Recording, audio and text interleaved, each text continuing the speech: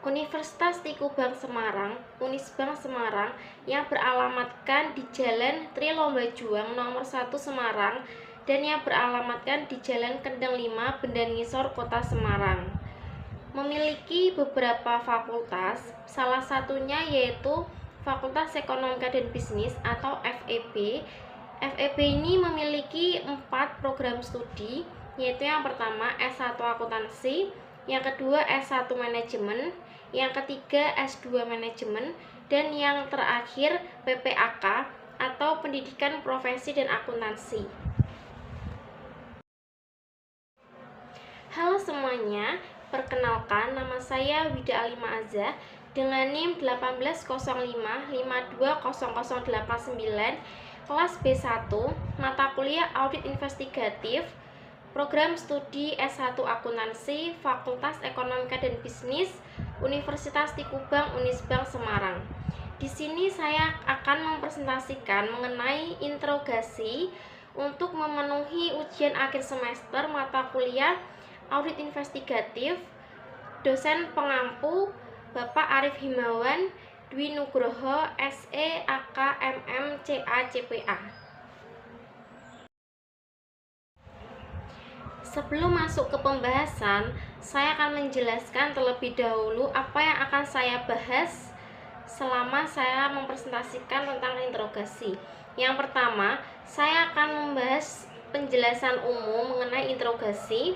Yang kedua, langkah-langkah interogasi. Dan yang ketiga, non-verbal behavior seperti gerak tangan, gerak kaki, postur, dan mimik muka dan kontak mata. Interogasi. Menurut Kamus Besar Bahasa Indonesia atau KBBI, arti kata interogasi adalah pertanyaan.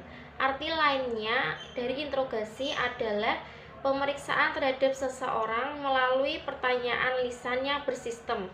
Interogasi bersifat akusatori, yaitu menuduh.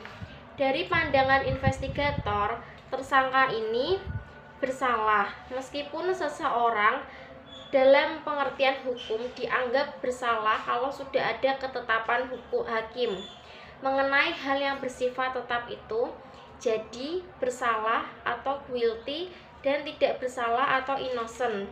Pada bab ini adalah semata-mata dari titik pandang investigator. Sebelum melakukan interogasi, investigator sudah harus mengetahui secara mendalam semua investigative information yang relevan tentang kejahatan tersebut, termasuk informasi dari saksi-saksi, informasi mengenai bagaimana kejahatan dan tersangkanya terungkap, informasi latar belakang mengenai tersangka yang akan diinterogasi dan tersangka lainnya, dan lain-lain. Lalu, investigator bisa berhadapan dengan tersangka yang emosional atau non-emosional. Sebelum melanjutkan pembahasan berikut ini, pembaca sebaiknya sudah memahami uraian mengenai behavior symptom analisis di atas. Subjek yang emosional akan mengalami yang pertama, perasaan bersalah dengan penyesalan yang mendalam atau remorse. Yang kedua, ketenangan batin yang sangat terganggu atau mental anguish. Yang ketiga, hati nurani yang sangat terusik atau troubled conscience. Sepanjang interogasi, perilakunya mudah dikenal, ia mudah hanyut secara emosional oleh ucapan dan tindakan investigator. Postur tubuhnya tidak kaku, ia lebih terbuka, matanya basah atau berkaca-kaca, ia tidak menyilangkan lengan atau tungkainya, kontak matanya dengan mata investigator mulai jarang, dan berakhir dengan tatapan kosong ke langit-langit atau dinding. Untuk subjek yang emosional, taktik dan teknik interogasi yang tepat harus didasarkan pada pendekatan yang simpatik. Investigator perlu menunjukkan sikap ikut prihatin dengan apa yang dialami subjek sekarang akibat perbuatannya di masa lalu. Subjek yang non-emosional tidak merasa ada beban, hati nuraninya tidak terusik dengan kejahatan yang dilakukannya atau konsekuensi dari kejahatan yang dilakukannya. Ia berbeda dari subjek yang emosional. Sikap emosional yang cuek merupakan hasil dari gangguan kepribadian atau personality disorder yang antisosial. Ini cerminan dari akumulasi sukses dalam berbohong di masa lalu. Berhasil terhindar dari hukuman yang seharusnya diterimanya dalam kejahatan kerah putih atau white collar crime. Juga ada subjek yang non emosional. Motifnya untuk melakukan kejahatan bersifat emosional, namun ketika ia menghadapi interogasi, sikapnya dingin, tidak peduli, tidak ada keterkaitan secara emosional. Baginya interogasi adalah pengakuan samar-samar asal bisa lolos. Subjek yang non emosional membiarkan investigatornya berbincang panjang lebar sampai berbuih-buih. Ia sendiri tidak bergeming, posturnya tertutup dan defensif. Kata-kata yang keluar dari mulut investigator bagai angin lalu.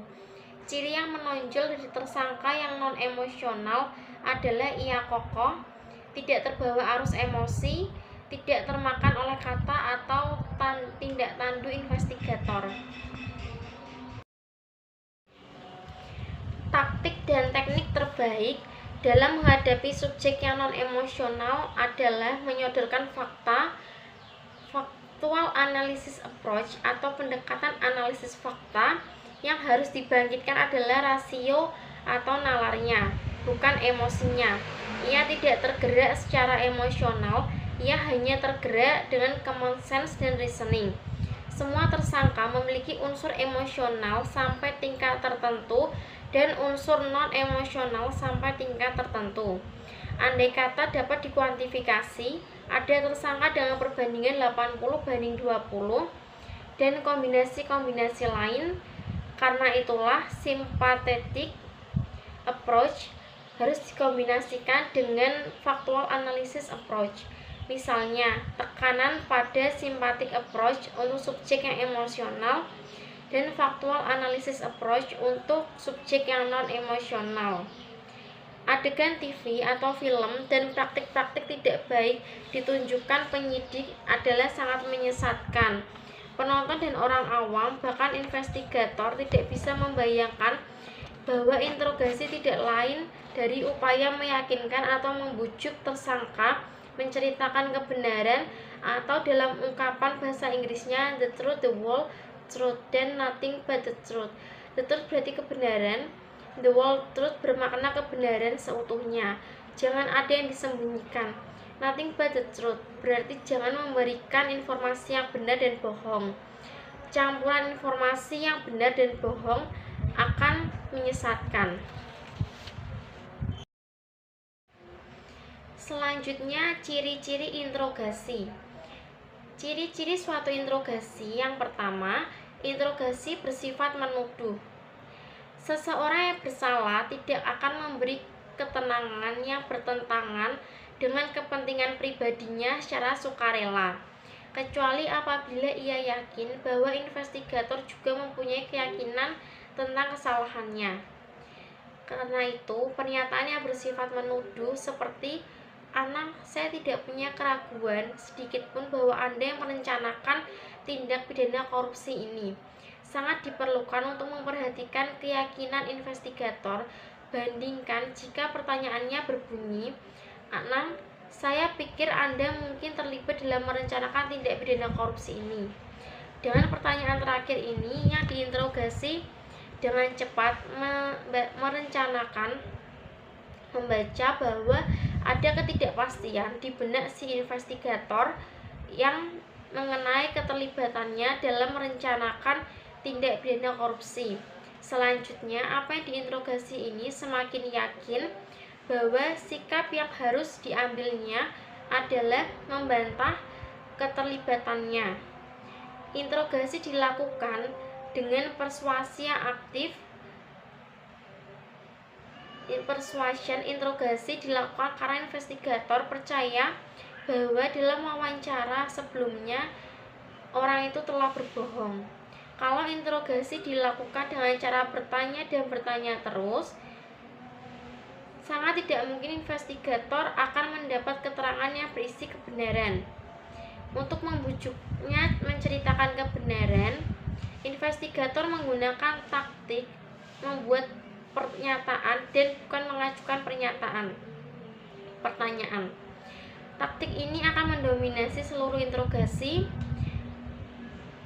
Sebelum seseorang mengaku bersalah, pertama, ia harus bersedia mendengar pernyataan-pernyataan yang dibuat investigator.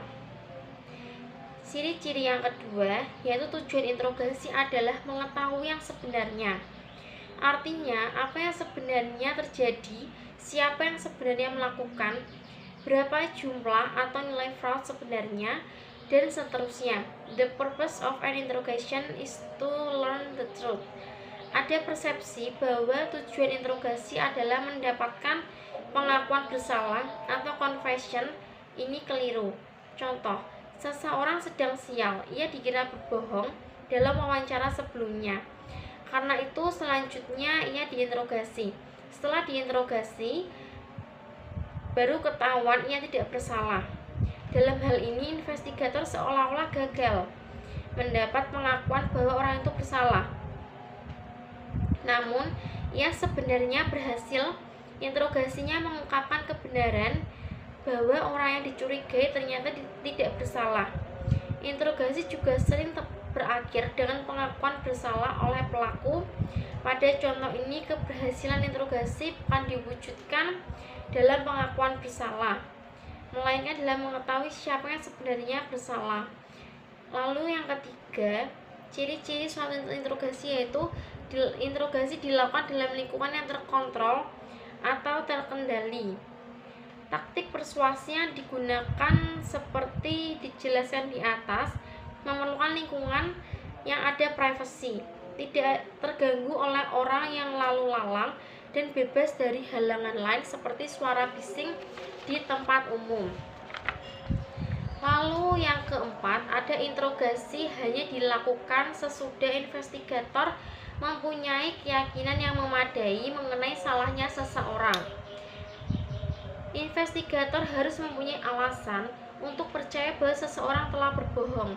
Alasan ini mungkin berupa perilakunya selama wawancara, keterangannya berubah-ubah, dan sebagai tanggapan atas pertanyaan yang sama, adanya petunjuk bahwa ia berbohong, dan lain-lain. Interogasi tidak boleh digunakan sebagai alat atau cara utama untuk menilai jujur atau tidaknya seseorang. Penilaian ini seharusnya dapat dicapai dalam wawancara yang bersifat tidak menuduh. Yang terakhir, investigator tidak boleh membuat catatan sampai sesudah tertuduh menceritakan yang sebenarnya dan dengan berketetapan hati untuk tidak beringsut dari posisi itu. Membuat catatan terlalu dini akan mengingatkan tertuduh bahwa keterangannya akan merugikan dirinya. Bahkan para pakar menyarankan bahwa bukan saja catatan dibuat sesudah tertuduh sepenuhnya mengakui apa yang sebenarnya terjadi. Pengakuan itu juga harus disaksikan investigator lain. Barulah setelah ada pengakuan yang disaksikan investigator lain, investigator mendokumentasikan pengakuan tersebut dan segala perincian dari pengakuannya. Selanjutnya, langkah-langkah interogasi. Sebelum memasuki langkah 1 dari interogasi, tersangka dipersilakan duduk dalam ruangan interogasi sekitar 5 menit. Tersangka yang bersalah cepat mereka-reka apa yang akan ditanyakan dan menjejal otaknya dengan jawaban-jawaban. Hal ini menimbulkan ketidaknyamanan. Semakin lama ditinggal sendiri, ia semakin ragu, bingung, dan membuyarkan upayanya untuk berbohong. Beberapa tersangka berpikir begitu dalam dan khawatir dengan nasibnya, sehingga mereka terperangah ketika investigator memasuki ruangan. Sorot mata dan perilaku umum mengindikasikan mereka mengharapkan kebohongan mereka cepat terungkap. Ada pertentangan batin antara keinginan berbohong untuk menutupi kesalahan dan harapan agar kebohongan cepat terungkap sehingga terlepas dari beban yang berat. Tersangka yang tidak bersalah umumnya melihat wajah investigator tanpa merasakan beban atau tekanan batin sekalipun ia jengkel karena harus diinterogasi. Ia jengkel tetapi sorot matanya cerah dan perilaku umumnya sangat menguntungkannya. Karena itu, di mata investigator yang terlatih, itulah perilaku tidak bersalah. Sebelum memasuki ruangan, investigator sudah mempunyai persiapan yang cukup. Ia harus membawa map atau folder tebal yang berisi bukti-bukti mengenai kasus itu atau simulasi tentang suatu kasus pada awal interogasi dan pada saat yang tepat selama interogasi. Investigator menatap halaman-halaman tertentu dan dari folder tersebut. Ini membawa dampak psikologis pada tersangka bahwa investigator mempunyai banyak bukti tentang perbuatannya sekalipun investigator sedang melihat halaman kosong. Folder semacam ini juga mempunyai dampak positif bagi tersangka bersalah maupun tidak bersalah, karena folder itu memberi kesan bahwa investigator sudah bersiap. Selain folder itu, investigator juga bisa membawa berkas yang menunjukkan rekening koran bank, laporan akuntan forensik, foto-foto pelaku dan rekannya sedang berlibur di Cayman Island, Vanuatu atau negara-negara yang menyimpan harta karunnya. Namun jangan gunakan berkas atau bukti palsu. Langkah pertama yaitu direct positive confrontation. Pada awal interogasi, tersangka mengamati investigator secara saksama. Ia menilai apakah investigator yakin bahwa ia bersalah. Jika ia mendapat kesan atau sekecil apapun bahwa investigator tidak yakin akan kesalahannya, ia tidak akan mengaku. Tanpa keraguan sedikit pun, investigator menembakkan sangkaannya secara langsung atau direct. Investigator mengkonfrontasi tersangka secara tegas atau positive confrontation dengan melanjutkan kalimat yang singkat dan tegas, direct dan positif sambil membuka halaman tertentu dalam folder yang berisi bukti. Perhatikan investigator mengawali interogasinya dengan pernyataan yang mengesankan. Ia yakin seyakin-yakinnya bahwa tersangka bersalah. Selain itu, investigator berkata, "Saya ingin duduk bersama Anda untuk menyelesaikan masalah ini." Investigator berhenti sejenak dan menempatkan folder dan berkas lain jauh dari tersangka. Menarik kursinya sekitar 1 meter dari kursi tersangka dan duduk. Kegiatan investigator ini akan menciptakan suatu keheningan yang sengaja yang disebut sebagai behavioral pause, atau penulis menerjemahkannya menjadi jeda perilaku. Ia seharusnya hanya berlangsung sekitar 5 detik, namun bagi tersangka ini terasa lebih lama. Tujuan jeda perilaku ini adalah mengevaluasi tanggapan verbal dan non-verbal si tersangka terhadap direct positive confrontation. Tanggapan verbal dan non-verbal dalam jeda perilaku ini memberi yang pertama petunjuk kepada investigator apakah tersangka bersalah atau tidak. Yang kedua, insight atau kemampuan untuk melihat dan mengerti secara tajam mengenai bagaimana investigator harus melanjutkan investigasinya. Mendengar sangkaan yang dituduhkan kepadanya, tersangka bisa menanggapinya dengan "apa yang Anda maksudkan?" atau "Anda bilang apa?" seolah-olah ia tidak mengerti atau tidak mendengar. Ia sudah mengulur-ulur waktu. Dalam behavior symptom analysis, ia berbohong. Direct positive confrontation dilakukan dalam kalimat singkat, langsung terarah, dan lugas. Tidak ada alasan bagi tersangka untuk tidak mengerti atau tidak mendengarnya. Tersangka yang tidak bersalah akan langsung memperlihatkan kejengkelannya. Tersangka yang bersalah menghindari kontak mata dengan investigator. Ini memungkinkannya Penyiapkan jawaban verbal yang kemungkinan besar bukan jawaban sama sekali. Pada tahap ini, tersangka menunjukkan tanda-tanda bersalah seperti mengubah postur, menyilangkan tungkai, menyikat baju atau celana dengan jari tangan, seolah-olah ingin membuang kotoran. Duduk terjerembab di kursi atau bersandar jauh ke belakang, seolah-olah berusaha menjauhi investigator. Sebaliknya, tersangka yang tidak bersalah menyorongkan tubuhnya ke depan tanpa menunjukkan perilaku yang digambarkan di atas. Mukanya merah, matanya tertuju ke mata investigator. Ia mungkin mengucapkan kata-kata yang menunjukkan ia sedang marah.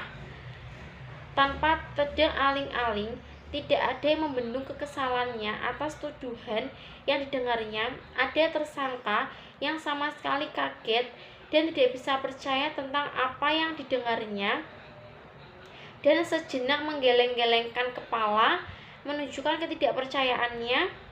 Selanjutnya ini diikuti dengan sanggahan yang tulus, spontan, bahkan tegas, dan bertubi-tubi tanpa melepas kontak mata. Tersangka yang tidak bersalah akan tersinggung berat dengan tuduhan yang dialamatkan kepadanya dan berupaya keras menghentikan tuduhan itu. Tersangka yang bersalah biasanya bersifat pasif, tatapan matanya memelas, jawabannya nyaris tidak terdengar, atau ia menanyakan sesuatu dengan penuh keraguan dan tidak jelas. Untuk menghindari terbongkarnya kedok, tersangka yang bersalah mendramatisasi gerak-gerik fisik, menggerakkan kepala ke depan dan ke belakang, menyisir atau bahkan mengacak rambutnya untuk memberi kesan putus asa. Ini juga taktiknya untuk menghindari kontak mata. Ia mungkin juga berbicara keras atau berteriak untuk mengintimidasi investigator untuk mengakhiri interogasi. Investigator tidak boleh terkecoh dengan taktik ini. Tersangka yang bersalah tidak akan menyerah langsung dan langsung mengakui kesalahannya. Terlalu banyak yang dipertaruhkannya. Ia akan kehilangan pekerjaan, reputasinya jatuh, teman-teman dan masyarakat yang merupakan bagian penting dalam hidupnya akan menjauhinya, dan seterusnya. Investigator harus menyediakan pintu keluar, suatu sarana yang baginya memberi kesan bahwa ini cara terbaik untuk mengakui perbuatannya. Investigator harus berhati-hati untuk tidak menjanjikan keringanan hukum sebagai ganti dari pengakuannya. Praktik keliru yang kita lihat dalam kehidupan sehari-hari ketika penyidik menawarkan, "Ayo ngaku, nanti kamu dibebaskan. Kalau tidak, kau dijebloskan ke penjara 5 tahun." Bukan saja praktik semacam ini salah dari segi hukum. Investigator tidak mempunyai hak menawarkan keringanan hukum. Praktik ini dapat diartikan sebagai penjebakan, tetapi juga menurunkan kredibilitasnya. Investigator memberikan kesan ia sudah putus asa. Segera sesudah direct positive confirmation, investigator membuat transition statement atau pernyataan peralihan. Berikut beberapa contoh pernyataan yang memanfaatkan 1. Aspek-aspek positif yang ada pada tersangka. Ia mungkin seorang pemimpin dalam masyarakatnya, seorang guru besar di perguruan tinggi, ayah atau ibu yang baik dan dikasihi putra-putrinya, dan lain-lain. Dalam hal ini, investigator bisa mengatakan, "Anda adalah seseorang yang terhormat dan saya menghargai hal ini. Saya bisa menyampaikan laporan kepada atasan saya sebagaimana adanya. Namun saya lebih suka memberi kesempatan kepada Anda untuk memberi masukan. Kalau tidak, saya sudah memutuskan untuk mengakhiri percakapan ini." Yang kedua, berikan satu jawaban saja. Subjek sebelumnya sudah memberikan pembenaran atau justification atas perbuatannya. Inilah yang ingin diangkat oleh investigator. Tulis seperti telah saja tegaskan, tidak ada keraguan bahwa Anda yang melakukan hal ini. Alasan mengenai seseorang melakukan hal yang ingin saya ketahui dari Anda. Teknik ini sangat efektif pada subjek yang emosional. Yang ketiga, subjek sendiri yang menentukan dia itu sebenarnya tipe manusia seperti apa.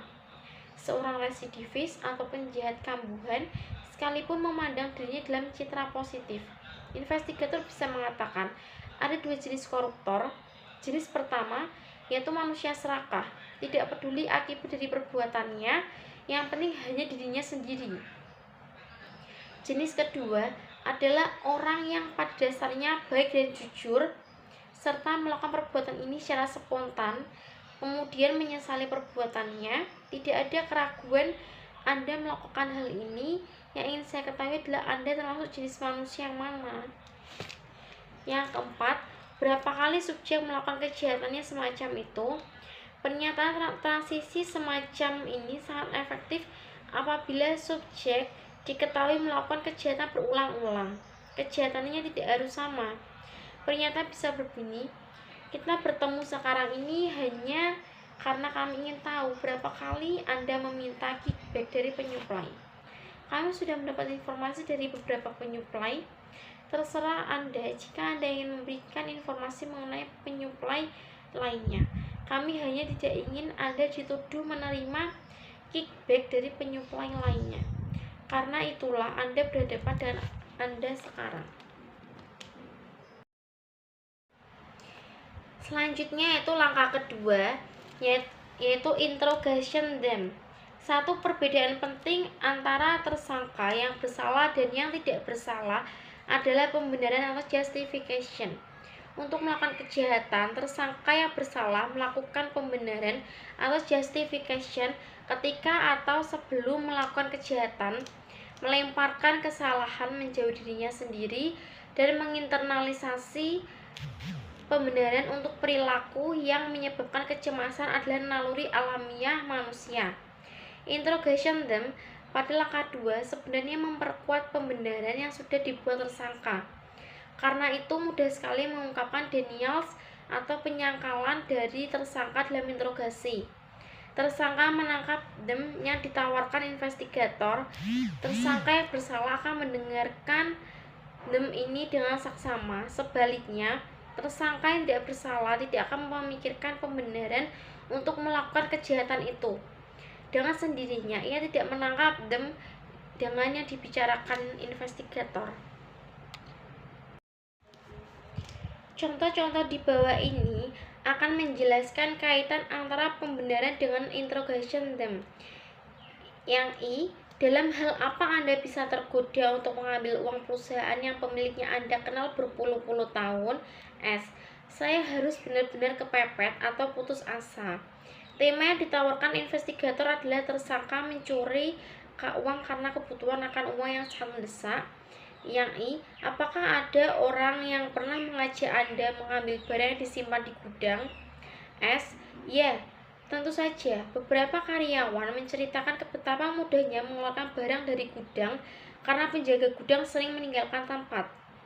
Tema yang ditawarkan investigator adalah salahkan orang lain karena sudah membujuk tersangka melakukan pencurian. Salahkan sistem keamanan yang lemah, intinya cari kambing hitam. I, menurut Anda dalam hal apa orang yang menjadi penyebab kebakaran pabrik perlu mendapat keringanan? S, itu tergantung dari penyebab terjadinya kebakaran. Tema yang ditawarkan investigator adalah tersangka tidak bersalah karena kebakaran itu tidak sengaja. I, apakah menerima suap itu merupakan kelaziman di sini? S, tentu saja. Gaji orang-orang di sini kecil, padahal masa kerja rata-rata di bagian ini lebih dari 15 tahun. Tema yang ditawarkan investigator adalah semua orang di sini juga korupsi, sehingga tersangka tidak sendirian. Salahkan negara. Kenapa memberi gaji kecil cari kambing hitam? Melalui pertanyaan yang diajukan investigator, ia sebenarnya menawarkan jalan keluar bagi tersangka. Tersangka yang bersalah sudah membuat atau mencari pembenaran sebelum atau ketika ia melakukan kejahatan. Pertanyaan investigator yang berisi tema tertentu. Ketika investigator ini membahas interrogation them, baik subjek yang bersalah maupun yang tidak, dapat diharapkan mengemukakan penolakan atau sanggahan atau denial secara verbal atas keterlibatannya dalam kejahatan yang disangkakan kepadanya. Investigator bersiap melaksanakan langkah 3. Kalau tersangka menunjukkan tanda-tanda akan mengaku kesalahannya, investigator hendaknya tidak membuang-buang waktu dengan pertanyaan-pertanyaan yang berisi interrogation them. Investigator sudah harus memasuki langkah 7. Sebaliknya, jika tersangka terus berputar-putar dengan sanggahan, investigator harus meluangkan waktu yang lebih banyak. Hal ini biasanya terjadi karena investigator mengemukakan bukti-bukti yang diperolehnya sejak dini, sehingga tersangka dapat menilai kuat atau lemahnya bukti-bukti itu. Langkah ketiga yaitu handling denials. Bagi investigator, tidak mudah mendapatkan pengakuan dari tersangka. Tersangka yang bersalah dan yang tidak bersalah akan memberikan penyangkalan atau denials. Penyangkalan dapat dilakukan secara verbal, seperti aku tidak melakukannya, atau dalam bentuk nonverbal seperti menggelengkan kepala. Subjek menyangkal sebagai tanggapan atas tuduhan. Penyangkalannya pada dasarnya adalah pernyataan bahwa tuduhan itu palsu, tidak benar, keliru, salah alamat, dan seterusnya. Tahap penyangkalan ini merupakan tahap yang sangat menentukan. Kalau penyangkalan tidak ditangani dengan keahlian dan pengalaman, seluruh langkah berikutnya akan sia-sia. Ketika dua anak merebutkan mainan dan mainan itu rusak, anak yang mempunyai mainan mengatakan, "Kau merusak mainanku." Kemudian dijawab, "Tidak, kau yang merusakkan sendiri." Perbantahan ini terus berlangsung tanpa perubahan susunan kata, sampai salah satu pihak berhenti karena letih atau sebab yang lain. Secara teoritis, anak yang berbicara terakhir adalah pemenangnya. Namun sesungguhnya tidak ada pemenang. Hal serupa terjadi pada kasus tindak pidana. Karena itu tujuan utama dalam langkah 3 adalah mencegah tersangka meluncurkan penyangkalan yang tidak perlu dan sebenarnya hanya akan mengganggu perhatiannya dari tema interogasi dan upaya investigator selanjutnya untuk mengungkapkan kebenaran. Kemudian ada satu kenyataan hidup yang merupakan bagian alamiah manusia, yaitu semakin sering tersangka yang bersalah memberikan penyangkalan, semakin berkurang kemungkinannya ia akan menyatakan kebenaran. Tapi juga untuk langkah-langkah sebelumnya, seorang tersangka yang menyangkal perbuatan kejahatan dan menceritakan penyangkalannya kepada anak, istri, teman, saudara, guru spiritual, dan lain-lain akan sulit untuk menceritakan kebenaran ketimbang tersangka yang belum pernah menyangkal perbuatannya. Kalau tersangka mengajukan penyangkalan yang lebih tegas dan mantap, investigator harus menilai kembali apakah tersangka bersalah, seperti pada penilaian di awal interogasi, atau masih ada kemungkinan tersangka tidak bersalah. Proses ini dijelaskan dalam interogasi berikut. Tulis semua berkas hasil investigasi ini ada dalam file ini. Tidak ada keraguan bagi kami bahwa Andalah yang menghapus bukukan piutang itu. Kemudian menagih jumlah piutang kepada para debitur. Tidak, aku tidak melakukan hal itu. Seperti kukatakan Toleh, penyelidikan kami menunjukkan bahwa Anda pelakunya. Yang penting adalah Anda menjelaskan alasan Anda melakukannya. Saya baru berbicara dengan seseorang yang mengetahui tentang penghapus bukuan piutang ini. Perhatikan ketika mendengar jawaban tegas dan tentunya respons non-verbalnya. Investigator melakukan 3 hal. Ia menegaskan kembali ketidakraguan bahwa si Toleh yang bersalah. Ia mengalihkan pembicaraannya ke transition statement. Hal yang penting adalah Anda menjelaskan alasan Anda melakukannya. Dan ia mengalihkan pokok percakapannya dari Toleh kepada orang lain atau seseorang yang mengetahui tentang penghapus bukuan piutang. Unsur-unsur dalam dialog pada langkah 3 yaitu dialog antara investigator dan Toleh, dan unsur-unsur dalam dialog.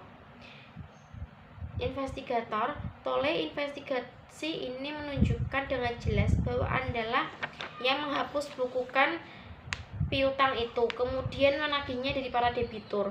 Unsur dalam dialog yaitu positive confrontation statement. Setelah itu, Tolle setelah menghela nafas sejenak, kau kira saya melakukan hal itu? Unsur dalam dialog yaitu penyangkalan awal sesudah menghela nafas, berhenti sebentar, suatu respon nonverbal yang mengindikasikan ia bersalah. Selanjutnya, investigator. Tolle tidak ada keraguan bagi kami mengenai hal itu. Yang ingin saya lakukan sekarang adalah meluruskan duduk perkaranya. Unsur dalam dialog, restatement of accusation atau mengulangi tuduhan dan dengan menyatakan kembali keraguan investigator.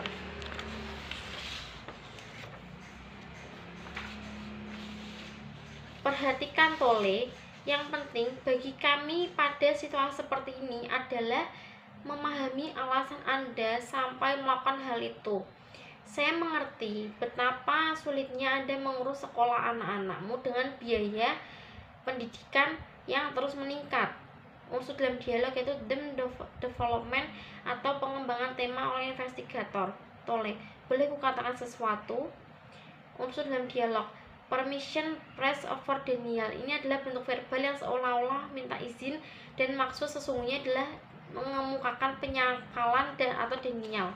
Selanjutnya, investigator dengan cekatan menginterupsi si Tolle. Tolle, dengarkan sebentar. Saya ingin menegaskan pentingnya percakapan ini. Unsur dalam dialog, investigator mencegah Tolle menyampaikan penyangkalan. Selanjutnya, Tolle dengan situasi krisis keuangan dan ekonomi yang belum lagi membaik, banyak orang seperti Anda dalam keadaan terjepit. Saya tahu, Anda tidak pernah akan melakukan hal ini kalau tidak dalam keadaan terdesak. Anda sedang menghadapi jalan buntu. Unsur dalam dialog yaitu investigator kembali kepada tema dan mencegah Tolle menyangkal. Selanjutnya, Tolle menginterupsi. Apabila Anda mengizinkan, akan kuceritakan apa yang terjadi. Unsur dalam dialog yaitu kembali seperti di atas permission press for denial. Investigator, Tolle, biar saya menyelesaikan penjelasanku. Saya tahu tekanan hidup yang kau hadapi tak dapat dimungkiri. Kau harus menyekolahkan 3 anak, 2 di perguruan tinggi, 1 di SMU, belum lagi kebutuhan sehari-hari dan istri dan anak-anakmu. Kembali seperti di atas. Selanjutnya, Tolle menginterupsi. Saya mengerti apa yang Anda katakan, tetapi unsur dalam dialognya yaitu ini juga permission press for denial. Investigator kembali menginterupsi si Tolle. Tolle, dengarkan sebentar. Saya ingin menyelesaikan penjelasan mengenai mengapa hal ini penting bagi Anda. Lanjutkan tema pembicaraan. Unsur dalam dialog yaitu investigator mencegah Tolle menyangkal dan mengembalikan pembicaraan kepada tema. Selanjutnya langkah keempat atau overcoming objection. Dalam langkah ini, investigator berupaya mengatasi benteng pertahanan yang kedua dari si tersangka. Benteng pertahanan pertamanya adalah penyangkalan atau denials. Benteng pertahanan keduanya adalah keberatan atau objections. Tersangka yang melihat kesia-siaan dalam upayanya menyangkal akan mengubah taktiknya dengan mengajukan keberatan. Dengan perubahan taktik ini, tersangka yang melihat kesia-siaan dalam upayanya menyangkal akan mengubah taktiknya dan mengajukan keberatan. Dengan perubahan taktik ini, tersangka mengharapkan dapat mengambil alih kendali percakapan sehingga melemahkan keyakinan investigator bahwa ia memang bersalah. Perubahan taktik ini umumnya berupaya pengajuan alasan tuduhan yang dikemukakan investigator itu salah, namun tersangka belum memberikan bukti-bukti bahwa ia tidak bersalah. Tersangka tetap mengajukannya dengan harapan akan memperkuat penyangkalannya. Pernyataan-pernyataan tersangka seperti ini disebut objection atau keberatan. Misalnya, dalam pembobolan bank, tersangka akan mengatakan, tak mungkin aku melakukannya, aku tak punya pistol. Dengan menggunakan keberatan ini, tersangka berharap investigator akan membahas masalah pistol sehingga ia dapat mengurangi kecemasannya melalui debat verbal yang mungkin akan dimenangkannya. Denial atau penyangkalan adalah strategi pertahanan atau defensif strategi yang alamiah dan digunakan oleh orang yang bersalah dan tidak bersalah. Sementara itu, objection atau keberatan adalah strategi menyerang atau offensive strategi. Strategi menyerang ini hampir selalu hanya digunakan oleh tersangka yang bersalah. Proses interogasi pada langkah 4 memanfaatkan keberatan-keberatan yang diajukan tersangka untuk meyakinkan yang menceritakan yang sebenarnya. Keberatan objection yang diajukan tersangka dirumuskannya dalam bentuk alasan ekonomi, keagama, jabatan, atau moral mengapa ia tidak akan melakukan apa yang disangkanya kepadanya. Ketika tersangka mengubah strateginya dari denial yang bersifat ke objection yang bersifat ofensif, investigator memenangkan langkah 3. Kemenangan ini janganlah dijadikan bekal untuk meneruskan teknik di langkah 3. Kalau investigator dalam langkah 3 berupaya mencegah tersangka melancarkan denial, investigator dalam langkah 4 justru memanfaatkan dan mendalami objection ini dalam dialognya. Langkah 4 ini terdiri atas yang pertama, mengenali keberatan atau recognizing the objection, yaitu keberatan terkadang dapat dikendalikan dengan mudah. Misalnya dalam kasus fraud yang melibatkan petugas atau pejabat bank, investigator akan sering mendengar, simpanan saya di bank banyak sekali, mengapa saya harus melakukan hal itu? Atau kalau mau saya tinggal minta saja sama papi, seolah-olah orang miskin melakukan fraud atau melakukan fraud di bank. Yang kedua, menghargai keberatan atau rewarding the objection. Istilah menghargai keberatan bermakna investigator tidak menolak keberatan yang diajukan tersangka, ia bahkan menghargai tersangka yang justru menyampaikan keberatan. Investigator tidak boleh membantahnya. Investigator harus bersikap seolah-olah ia memang sedang menunggu-nunggu tersangka mengajukan keberatan. Tidak boleh ada kesan investigator terusik atau tersinggung ketika tersangka menyampaikan keberatan. Lalu yang ketiga yaitu membalikan keberatan atau turning the objections around, yaitu dialog di atas seharusnya tidak terjadi. Investigator harus memanfaatkan keberatan yang diajukan tersangka, kemudian membalikan keberatan itu dan kembali ke tema organisasi. Itulah sebabnya yang dipakai sebelumnya adalah rewarding the objections. Investigator memberi hadiah atau reward kepada tersangka, ia justru mendorong tersangka mengemukakan keberatan karena keberatan itu merupakan pintu kembali ke tema. Unsur-unsur dalam dialog pada langkah 4. Unsur-unsur dalam dialog dengan dialog antara investigator dengan tole. Unsur-unsur dalam dialognya yang pertama yaitu them development, yang kedua pertanyaan tindak lanjut dari investigator, yang ketiga tole ajukan objection, yang keempat investigator mengatasi objection itu dengan menunjukkan ia memahami keberatan itu sekaligus menunjukkan segi negatifnya seandainya objection itu tidak benar. Selanjutnya, continuation of the development.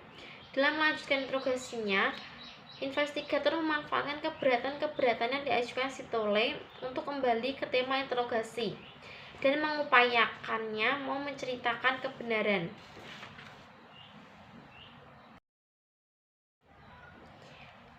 Selanjutnya itu langkah 5 yaitu keeping the suspect attention. Seperti dikatakan di atas, tersangka umumnya tidak akan tinggal diam dan bersantai-santai. Ia hanya mendominasi percakapan atau memegang kendali dan mengatur dialog. Ia menyangkal langkah 3 atau mengajukan keberatan langkah 4 apabila investigator berhasil menghentikan penyangkalannya dan membalikan keberatan tersangka. Maka tinggal satu strategi lagi yang bisa digunakan tersangka. Tidak ada kontak mata. Ia umumnya akan melihat ke atas atau ke samping, tetapi tidak ke bawah. Tatapannya kosong, tidak berekspresi, alis, kening, dan mulut seperti dalam rekaman video yang berhenti. Tidak ada perubahan. Postur tubuhnya ke samping, menjauhi investigator, tangan menyentuh lengan yang lain, dan salah satu lengan menopang dagu. Ia tidak bergerak secara verbal, non-verbal, dan mental. Dalam tahap ini, kedekatan fisik, jarak kursi investigator dan tersangka, serta kontak mata yang sangat penting. Perilaku verbal dari investigator juga sangat menentukan dalam mempertahankan momentum ini. Kedekatan secara fisik akan mendekatkan tersangka secara psikologis kepada investigator. Dari contoh ini, jelas sekali investigator tidak mencari jawaban atau pengakuan ketika ia menggunakan pertanyaan-pertanyaan hipotetis. Pertanyaan-pertanyaan ini lebih bersifat renungan, food for thought. Seorang wanita dengan keadaan ekonomi yang jauh dari mapan diduga menggelapkan uang perusahaan. Hal yang sangat positif pada wanita itu adalah ia merupakan seorang ibu yang mengurusi anak-anaknya dengan baik. Gambaran mengenai ibunda dengan penuh kasih sayang dan selalu memberikan teladan yang baik. Gambaran mengenai ibunda yang memberikan penuh kasih sayang diselang-selingi pertanyaan-pertanyaan hipotesis mengenai keluarga akan sangat menyentuh hatinya. Selanjutnya langkah 6, handling the suspect passive mood. Pada akhir langkah 5, investigator seharusnya berhasil menjalin hubungan yang baik dengan tersangka. Hubungan yang baik dalam hal ini berarti tersangka percaya, investigator jujur, investigator berusaha keras mencari kebenaran, ia bersedia membantu tersangka untuk mengungkapkan kebenaran. Dalam bahasa Inggris, hubungan ini dinamakan rapport. Pada tahap mengungkapkan kebenaran, dalam bahasa Inggris, hubungan dinamakan rapport. Pada tahap ini tersangka menyadari bahwa kebohongannya tidak menghasilkan keinginan yang tadi. Ketika tersangka menunjukkan tanda-tanda memasuki passive mode, investigator berusaha mendekatkan kursinya dan melanjutkan dengan mencari motif. Sekaligus investigator menyiapkan tersangka untuk alternative questions di langkah 7. Ketika mengulang-ulang kemungkinan penyebab tersangka melakukan perbuatannya, secara simpatik investigator mengajukan pertanyaan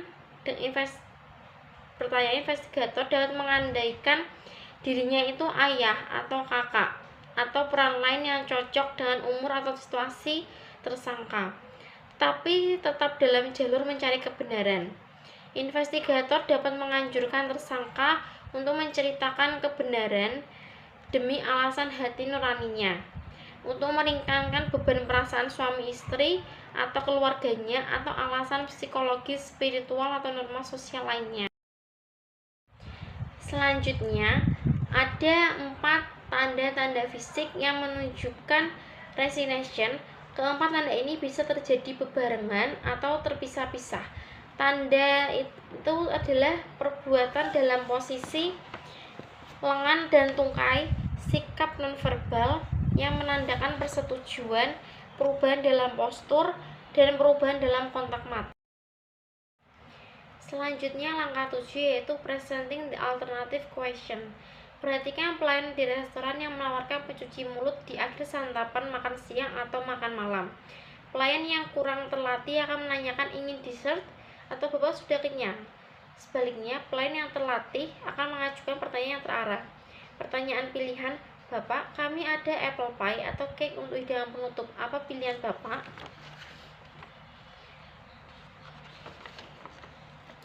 Pola pertanyaan kedua yang digunakan pada langkah 7, investigator menanyakan, apakah ini pertama kalinya Anda melakukan hal tersebut atau sudah kesekian kalinya? Pilihan 1, ini pertama kalinya ia melakukan hal tersebut. Mungkin lebih bisa dimaafkan dari pilihan kedua, sudah kesekian kalinya, namun keduanya merupakan pengakuan kesalahan. Pertanyaan alternatif pada langkah 7 merupakan puncak atau kulminasi dari pengembangan tema interogasi atau interrogation them. Pada langkah 6, investigator mengulangi monolog yang simpatik untuk memberikan alasan moral mengapa tersangka melakukan perbuatannya. Ketika tersangka menunjukkan resignation pada langkah 6, investigator mempersempit temanya ke unsur utamanya dan memasuki pertanyaan alternatif. Selanjutnya itu langkah 8, bringing the suspect into the conversation. Ketika memilih suatu alternatif, dalam pertanyaan alternatif di langkah 7, tersangka sesungguhnya telah mengakui bersalah. Di Dalam langkah ini tersangka diarahkan untuk menceritakan perincian dari perbuatannya, yang pada akhirnya akan dirumuskan menjadi pengakuan yang bisa diterima sebagai bukti hukum. Perincian ini bisa berupaya keterangan di mana uang disembunyikan, keterangan mengenai rekening bank, siapa saja yang terlibat dalam kejahatan, motif tersangka, dan lain-lain. Istilah tersangka diarahkan untuk menceritakan perinciannya dari perbuatannya. Tidaklah berarti bahwa investigator menyodorkan skenario dan tersangka tinggal mengiyakan melalui perincian mengenai apa, bagaimana, siapa, dan kapan, dan lain-lain. Lihat WH atau W5H2 yang dijelaskan di 12. Pada awal angka 8, hanya seorang investigator berada dalam ruang interogasi. Kehadiran orang lain akan membuat tersangka segan mengakui perbuatannya, apalagi memberikan lisan. Investigator meminta investigator lain menyaksikan pengakuan lisan tersangka. Kalau ada investigator kedua yang menyaksikan pengakuan lisan, maka tersangka umumnya tidak akan menolak memberikan pengakuan tertulis. Dalam langkah 9, ia menyadari sudah memberi pengakuan di hadapan dua orang. Mengapa ia sekarang harus menolak memberi pengakuan tertulis? Seandainya ia menolak memberi pengakuan tertulis, ada dua orang investigator yang dapat memberi kesaksian. Selanjutnya langkah 9, the written convention. Pada puncaknya, tersangka memberikan pengakuan secara tertulis. Padanannya untuk kita di Indonesia adalah berita acara, pengakuan, atau dokumen semacam itu di Indonesia. Investigator sering melakukan interogasi sambil mengetik jawaban tersangka menurut persepsi investigator. Pada akhir interogasi, tersangka diminta menandatangani berita acara pemeriksaan. Kelemahan dari cara ini adalah pengakuan tertulis ini tidak menggunakan atau tidak sepenuhnya menggunakan kata-kata, kalimat atau bahasa tersangka. Kemudian hari tersangka menyangkal memberi pengakuan itu, penyangkalannya lebih mudah diterima orang-orang yang mendengarnya berbicara di pengadilan karena struktur kalimat dan ungkapan bahasanya berbeda dengan apa yang tertulis dalam berita acara. Selanjutnya yaitu nonverbal behavior. Seorang berhadapan dengan korban yang sudah siap memakutnya. Secara fisik ia mempunyai 3 pilihan dalam menghadapi kobra itu. Yang pertama melawan atau fight, yang kedua melarikan diri atau flight, atau berdiam diri atau freeze. Dalam fight dan flight, kita menyaksikan kegiatan fisik yang tinggi seperti dalam berolahraga. Juga seperti halnya berolahraga, flight dan fight mengatasi kecemasan melalui kegiatan fisik yang menurunkan tingkat stres. Kalau kita freeze, seakan-akan dihipnotis sang kobra. Kita merasa stres yang tinggi, ada rasa kesemutan atau mati rasa, dan ada perasaan melayang-layang seperti tombol yang menyalakan tubuh kita diputar berlawanan arah sehingga tubuh kita turn off, seperti pesawat radio atau TV yang dimatikan. Dalam hal ini orang berkomunikasi melalui saluran verbal saja. Makna ucapan itu seperti dijelaskan sebelumnya diperkuat dan dimodifikasi oleh bahasa tubuh oleh nonverbal behavior atau isyarat-isyarat nonverbal. Dalam bahasa sehari-hari kita sering mendengar ungkapan tatap mataku agar ku tahu apakah Anda menceritakan kebenaran. Banyak penelitian soal menunjukkan bahwa 70% dari pesan-pesan yang dikirimkan dalam komunikasi antar manusia terjadi pada tingkat nonverbal. Statistik itu tentunya tidak berarti bahwa interpretasi perilaku nonverbal lebih akurat dan dari kedua perilakunya. Statistik itu hanya mencerminkan betapa besarnya pesan yang disampaikan melalui gerak tubuh, hal yang diketahui dan dimanfaatkan para pelawak yang menggunakan bahasa tubuh mereka untuk mengundang gelak tawa penonton. Di sisi lain, perilaku nonverbal cukup rumit untuk dievaluasi. Seringkali menimbulkan interpretasi yang keliru dan evaluasinya harus dilakukan dalam konteks isi atau substansi verbal yang disampaikan pembicara atau subjek. Selanjutnya, perilaku nonverbal yang akan dibahas di sini adalah yang pertama postur. Postur kita mulai dengan mengevaluasi sikap atau postur. Postur atau sikap ketika diwawancara mengungkapkan keterlibatan emosionalnya, yaitu rasa percaya diri, minat, apakah ada minat, pikiran melayang entah kemana atau cuek habis-habisan. Subjek yang jujur mempertahankan keterlibatan emosional, minat, dan percaya diri yang tinggi dalam menyampaikan pernyataannya. Postur tubuhnya tegak, searah dengan investigator sehingga ia siap berdialog secara langsung.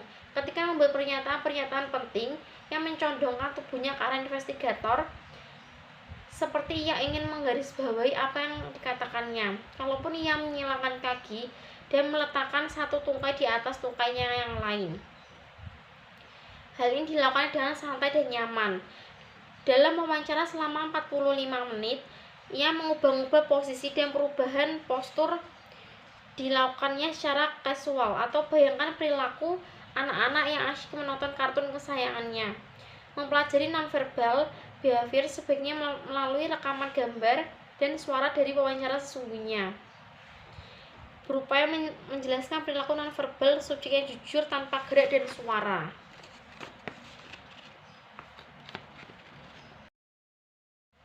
Subjek yang berbohong terlihat dari gerak lamban, seakan tidak berjiwa, terjerembab dalam kursinya.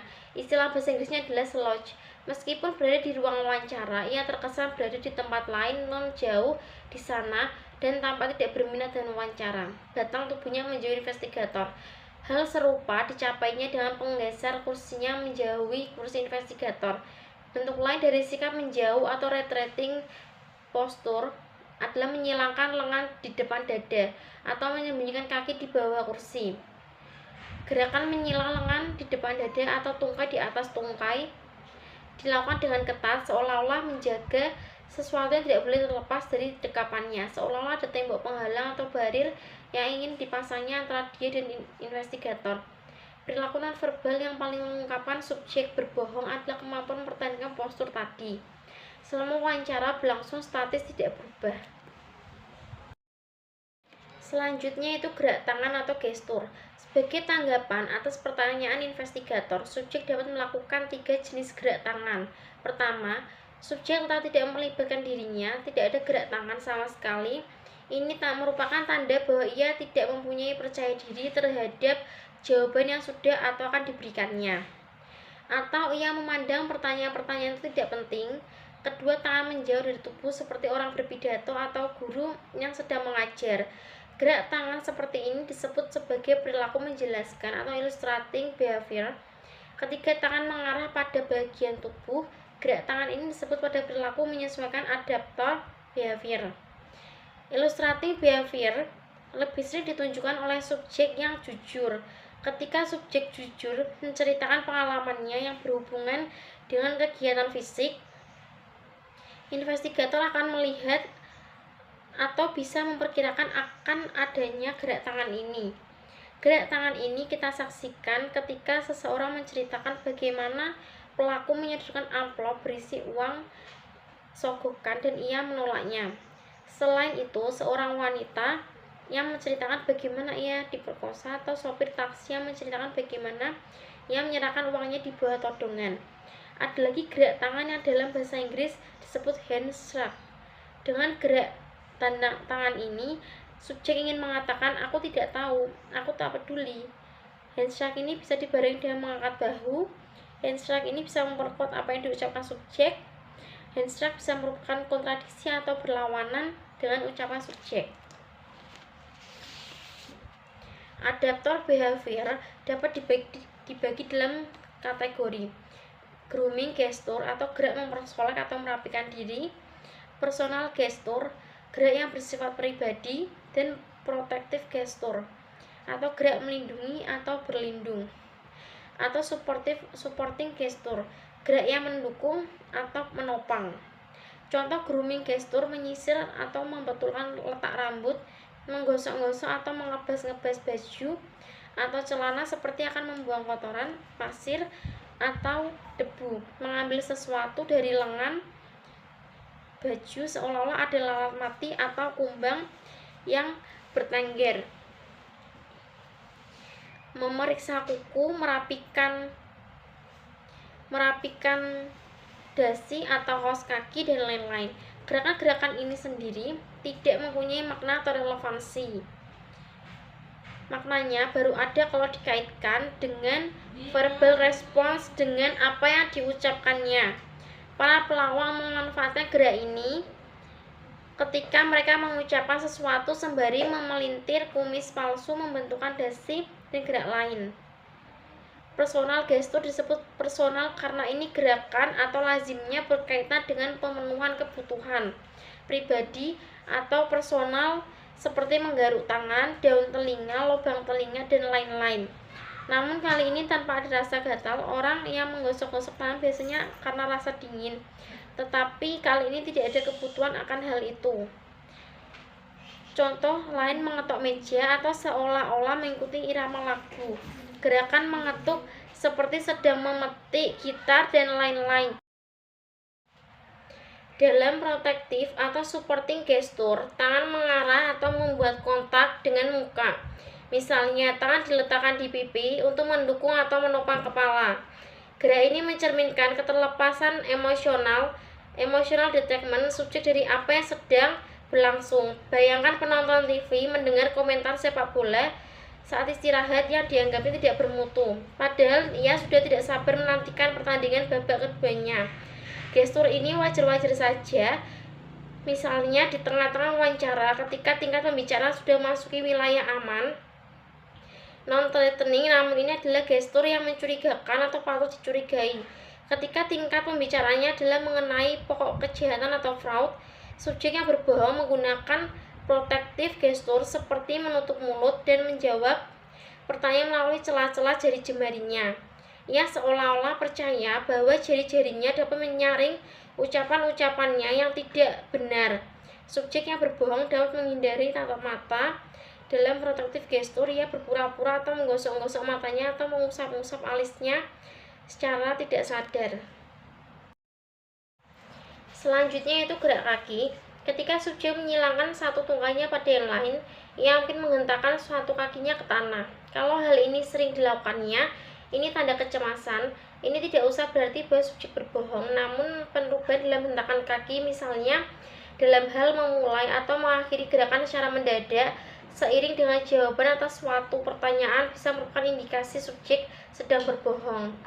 Ini berlangsung 1 atau 2 detik, kemudian ia kembali ke gerak yang normal. Gerak kaki juga bisa mengubah postur duduk di sisi subjek dengan menapakkan kaki dan mendorong punggung ke sandaran kursi. Bisa juga disertai kursi berpijak pada 2 kaki belakangnya. Ini adalah sikap yang menunjukkan subjek berbohong, sikap yang dilakukannya sesaat sebelum atau selama menjawab suatu pertanyaan.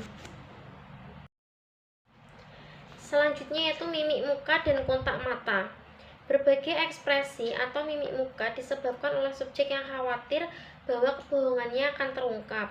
Ketidakpastian apakah ia akan berhasil menutup-nutupi kebohongannya atau mungkin kesadarannya bahwa kebohongannya sudah terungkap sehingga ia siap mengakui kesalahannya. Kenyataan bahwa ekspresi mukanya berubah sebenarnya sudah merupakan indikasi bahwa subjek berbohong. Sebaliknya, tidak adanya perubahan mengindikasikan subjek itu jujur. Dari semua perubahan mimik atau ekspresi wajah, yang paling sulit dievaluasi adalah kemarahan. Kontak mata antara subjek dan investigator merupakan salah satu perilaku nonverbal yang sangat penting untuk dievaluasi. Dalam budaya barat, kontak mata secara timbal balik menandakan keterbukaan, jujur apa adanya, kecandor, dan trust. Subjek yang pembohong tidak mengalihkan matanya ke samping seperti melirik atau ke langit-langit ruangan. Subjek berkurang kecemasannya jika tidak memandang investigator. Subjek bahkan menantang investigator seperti menatap lama. Manusia bermasyarakat mempunyai ukuran tatapan mata lama atau sekilas. Subjek yang jujur tidak khawatir memandang investigator seperti anak-anak manis di taman kanak-kanak ketika menyimak pelajaran gurunya. Polos sekali memandang mata gurunya tanpa rasa khawatir. Dan mata berseri-seri secara spontan ketika guru mengatakan sesuatu yang menyenangkan, bandingkan dengan kontak mata siswa SMU yang ketahuan sedang mencontek. Berikut ini 5 pedoman yang harus diperhatikan ketika menilai kontak mata untuk menentukan apakah subjek membohong atau jujur. Yang pertama, umumnya subjek yang tidak melakukan kontak mata dengan investigatornya sedang merahasiakan sesuatu. Namun investigator juga perlu mempertimbangkan kerusakan mata, misalnya tatapan mata orang jereng, seolah-olah melihat ke sisi lawan bicaranya. Rasa rendah diri, bawahan ketika berbicara dengan atasan, gangguan emosi, alasan budaya atau agama di mana menetap orang yang harus dihormati adalah tabu. Yang kedua, untuk alasan apapun, investigator tidak boleh menantang subjek untuk menatap matanya. Tantangan yang sama sekali tidak bermanfaat. Subjek yang berbohong pun akan menerima tantangan ini. Tantangan ini justru mengharuskan peluang untuk mengamati perilaku nonverbal yang sangat penting. Yang ketiga, investigator cukup mengamati kontak mata secara casual saja sehingga tidak membuat subjek jadi tidak nyaman. Kontak mata secara casual yang sesekali dibarengi tatapan tajam sudah cukup untuk menarik kesimpulan apakah subjek menghindari tatapan mata. Ini juga menghilangkan kecurigaan subjek bahwa perilakunya sedang diamati. Yang keempat, subjek tidak boleh diperkenankan memakai kacamata hitam kecuali jika ia mempunyai penyakit yang mengharuskannya memakai kacamata hitam di dalam ruangan. Kacamata hitam menyembunyikan kontak mata sehingga investigator tidak dapat menilai perilaku ini. Karena subjek seharusnya boleh mengamati sikap jujur atau minatnya terhadap pembicaraan melalui kontak mata. Hal ini menjadi lebih penting saat melakukan interogasi. Yang kelima, selaku investigator, jangan mengharapkan subjek terus menatapnya. Ini tidak wajar, kecuali jika ia seorang wanita cantik atau pria tampan yang punya daya tarik luar biasa bagi subjeknya. Terima kasih telah menyaksikan presentasi yang saya sampaikan. Maaf bila ada kesalahan yang disengaja maupun tidak disengaja. Semoga presentasi yang saya sampaikan bermanfaat. Dan ada sebuah kata-kata motivasi, yaitu janganlah pernah menyerah ketika Anda masih mampu berusaha lagi. Tidak ada kata berakhir sampai Anda berhenti mencoba. Dan jangan pantang menyerah sebelum Anda melakukan yang terbaik. Jadilah versi yang terbaik dari dirimu sendiri.